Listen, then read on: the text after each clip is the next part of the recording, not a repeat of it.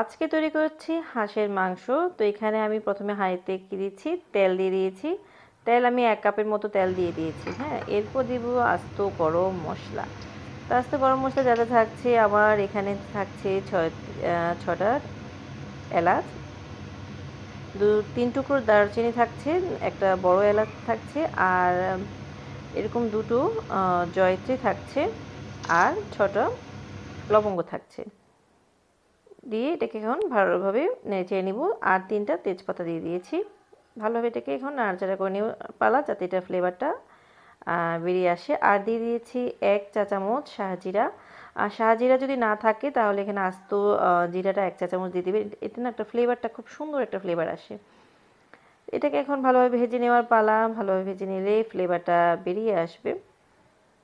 তো ভাজা হয়ে গিয়েছে। এখন আমি দিয়ে দিচ্ছি এখানে এরকম 1 বাটি আমি পেঁয়াজ দিয়ে দিয়েছি। তো পেঁয়াজ কুচি আমি দিয়ে দিয়েছি 2 কাপ। 2 কাপের চেয়ে একটু বেশি হতে পারে। দিয়ে দিলাম। এরপর ভালোভাবে নাড়াচাড়া করেছি একটু। তারপরে দিয়েছি 1 টেবিল চামচের লবণ দিয়ে ভালোভাবে একটু ভেজে নেব। এটাকে একটু বেশ সময় নিয়ে ভেজে নেব। তো আমি ভিডিওটা কিছুক্ষণ কাটছিট করে নিচ্ছি, নাহলে অনেক সময় লেগে যাবে। হাঁস রান্না কিন্তু একটু লং প্রসেস। এরপরে দিয়ে দিচ্ছি এখানে বাটা মশলা দিয়ে দিব। এখানে আমি প্রথমে দিয়ে দিচ্ছি টক দই। তো টক দইটা আমি 1 কাপ, আমার বাসায় ছিল না, হাফ কাপ ছিল। তো আপনাদের বাসায় যদি টক দইটা 1 কাপের মধ্যে থাকে তাহলে দিয়ে দিবেন। হ্যাঁ, আমি হাফ কাপ দিয়েছি। আর দিয়ে দিচ্ছি 2টো টমেটো কুচি, দিয়ে ভালোভাবে এটাকে নেড়ে নিচ্ছি।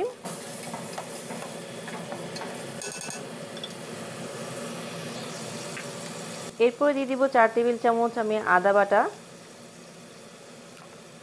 আমি একটু ভর্তি করে দিয়েছি। এখানে কিন্তু 4 টেবিল চামচই আছে। আমি সমান করে দিলে হয়তো বুঝতে পারবেন। তারপর 3 টেবিল চামচ আমি রসুন বাটা দিয়েছি। সব কিছু দিয়ে আবার ভালোভাবে নাড়াচাড়া করে নেওয়ার পালা।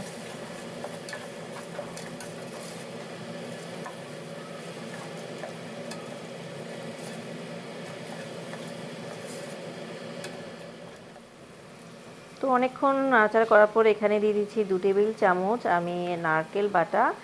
আর 2 টেবিল চামচ কিন্তু আমি বাদাম বাটা দিয়েছিলাম, এটা স্ক্রিপ হয়ে গিয়েছে। আর 1 টেবিল চামচ আমি দিয়েছি পোস্ত বাটা।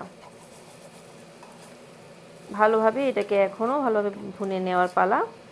একটু সময় নিয়ে আসলে এটাকে মশলাটা কষিয়ে নিতে হবে। যতখানি কষাবেন ততখানি মশলা ভালোভাবে কষবে এবং খেতে ভালো হবে। এবার সামান্য পানি দিয়ে দিয়েছি। আমি কিন্তু বেশ কিছুক্ষণ কষে নিয়েছিলাম, আমি একটু কাটছিট করে দিয়েছি। তারপরে দিয়ে দিচ্ছি মরিচ গুঁড়ো, একদম ভর্তি করে আমি এখানে 3 টেবিল চামচের মতো হবে, ভর্তি করে দিয়েছি। আর দিয়েছি হলুদ গুঁড়ো, হাফ চা চামচের মতো দিয়েছি, না সরি 1 চা চামচ দিয়েছি হলুদ গুঁড়ো। আর ধনে গুঁড়ো দিয়েছি 1 টেবিল চামচ, 2 টেবিল চামচ ধনে গুঁড়ো দিয়েছি আমি। জিরে গুঁড়োটা আমি দিইনি, আমি জিরে নামানোর সময় দিব ভাজা জিরে গুঁড়ো, তাই আমি এই পর্যায়ে দিইনি। এখন ঢাকা দিয়ে ভালোভাবে আমি অনেকক্ষণ কষিয়ে নিয়েছি। এই যে রংটা অনেক সুন্দর হয়েছে, তাই না? মশলাটা ভালোভাবে আসলে সময় নিয়ে কষিয়ে নিতে হবে।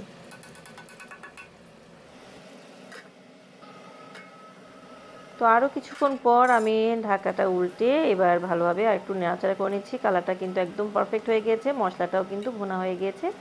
এবার দিয়ে দিব হাঁস। আমি এখানে 2টো হাঁস নিয়েছি, দেশি হাঁস। 2টো হাঁস একসাথে আমি রান্না করব।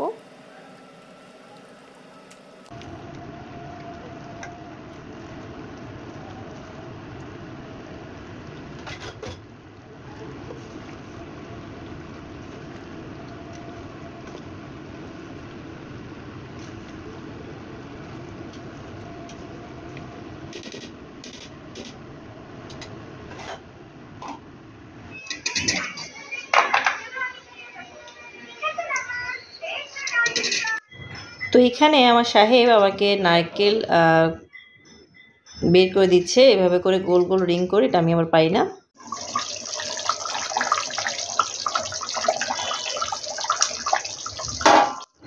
আমি কিন্তু এখানে কোনো রকম পানি দেইনি, হাঁসের থেকেই পানিটা উঠে এসেছে। আর এখনও কিন্তু সময় লাগবে বেশ। হাঁস যেহেতু একদম সেদ্ধ হতে বেশ খানিক সময় লাগে।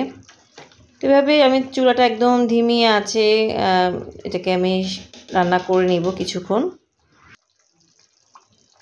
আর ওই যে নারকেলগুলো যে আমি কেটে দিয়েছিল, তো ওগুলোর পিছনের কালো অংশটা আমি ছুরি দিয়ে কেটে নিয়েছি।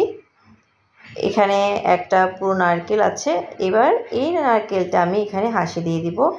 আগে দেওয়ার কারণ হচ্ছে যাতে মশলাগুলো নারকেলের মধ্যে ভালোভাবে ঢুকতে পারে এবং নারকেলের একটা মিষ্টি এবং একটা ঝাল এরকম খেতে হবে। এটা আপনারা দিয়ে দেখবেন। ট্রাস্ট মি, আমি বলছি অনেক অনেক মজা হয়। দেশি মুরগি বা হাঁসে এভাবে আপনারা এটা দিয়ে দিতে পারেন। নারকেলটা যেমন খাওয়ার সময় কচ করে কামড় দিয়ে খেতে দারুণ লাগে। তো এই পর্যায়ে আমি হাঁসে বেশ খানিক পানি দিয়ে দিয়েছি যাতে হাঁসটা সেদ্ধ হয়। ফিরছি আরও কিছুক্ষণ পর।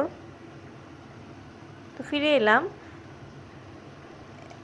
আর এখানে কিন্তু আমি মাঝখানে 3টা আস্ত রসুন দিয়ে দিয়েছি আর বেশ খানিক ধনেপাতা দিয়ে দিয়েছি। এটা এখন ঢাকা দিয়ে দিব। এটা আরও সেদ্ধ হতে সময় লাগবে, পানিটা একটু শুকোতে হবে। এই যে রসুনগুলো আমি কেবল দিয়েছি, দিয়ে আপনাদেরকে দেখিয়েছি। দুঃখিত, এটা দেওয়ার সময় আসলে আমার ভিডিও করতে মনে ছিল না। যাই হোক, এখন এটাকে ভালোভাবে সেদ্ধ করে নেওয়ার পালা। আশা করি আপনারা সবাই আমার ভিডিওতে একটু লাইক দিয়ে ভিডিওটি কন্টিনিউ করেছেন। হাঁসটা কিন্তু প্রায় সেদ্ধ হয়ে গিয়েছে, নরম হয়ে গেছে, দেখতেই পাচ্ছেন। একটু শুকিয়ে এলে আমি নামিয়ে নিব এটা। তো এই পর্যায়ে আমি পাশের চুলায় কিন্তু একটু পেঁয়াজ আর জিরা একটু ভেজে নিচ্ছি। ভেজে এটাতে এখন ফোড়নটা দিয়ে দিব। হ্যাঁ, এটা দেওয়াতে একটা সুন্দর কালার চলে আসবে।